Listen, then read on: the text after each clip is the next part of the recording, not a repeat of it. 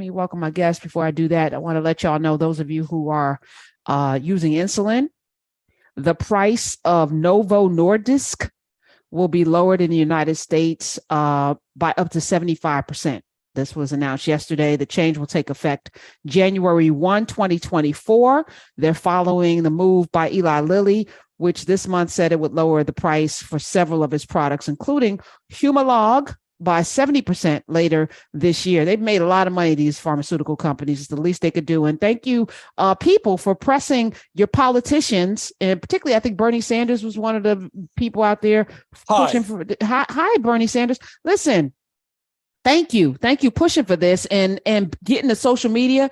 If Twitter can crash a bank, damn it can make the prices crash as well. Let's use our social media platforms, not just to make fun of our favorite celebrities, but also to make a difference in the world. And this, I believe, social media has pushed these very, very rich pharmaceutical companies into doing the right thing, because no one should have to spend a lot of money to save their own lives. Shouldn't cost that much. It really shouldn't.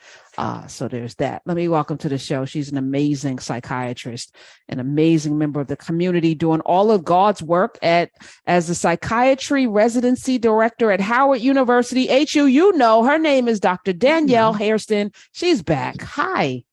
Hello. Hi, how are you? Just let me say that as someone who used to take insulin, this is like, I don't know if people really understand that that's huge. Wait. First of all, adjust your camera, because I want to see your full head. Thank you. Hi. Okay. Hi. Hello. Just showing me the glasses, just from the eyebrows down. Okay. Wait. So pause. Did you take insulin because obviously you were a diabetic and you're no longer a diabetic?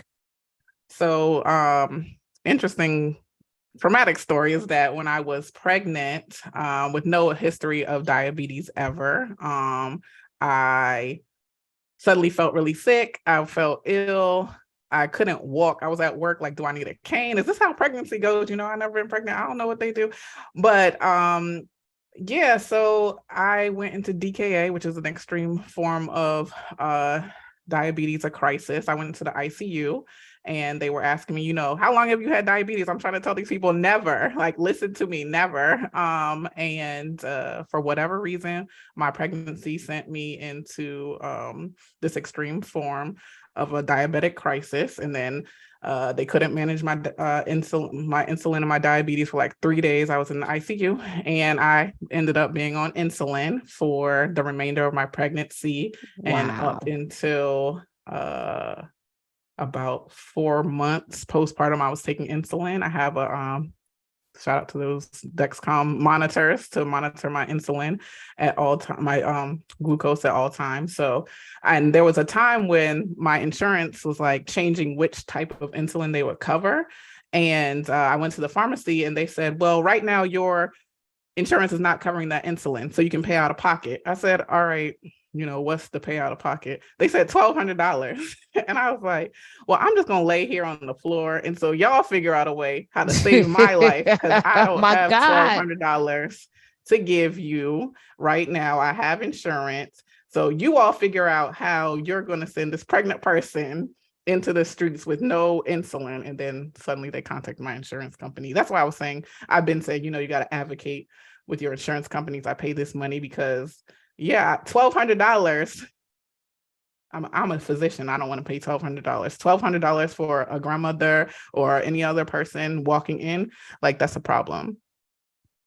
As a physician, Dr. Danny, a doc named Danny is where you can follow her, a DOC named Danny, DANI. Does it make you more? Because I feel like, and it's unfortunate that we lack so much empathy in this country. And maybe it's global. I only know about what's going on here. There's a lack of empathy. And until somebody goes through it, and even when somebody goes through it, they don't even see it in others. So you going through this diabetic crisis, did it make you more empathetic to the, you know, the commercials that we see and the people that have to prick their finger and now wear the monitor to check their glucose levels? Definitely, yes. It more than make me empathetic, depression set in for me to just think about, like, I have to check this, do this finger stick. You know, I work in the emergency room. I gotta stop doing this, go check this. And I was very thankful that Howard has the program where pregnant women could get the Dexcom for free without going through insurance or anything like that. But yeah, empathy is that set in, all types of understanding. It was traumatizing. And just to think about when we usually prescribe something or say to our patients, like, just do it, and you can't really understand why they aren't just following the directions. Why aren't they following this? But to now have a whole change in my lifestyle and my diet, and they say that pregnancy is the time where you can eat everything and you can live your life, and I'm here, I have to eat a piece of wheat toast and some blueberries. It was a lot, and I think it definitely made me understand what my patients go through.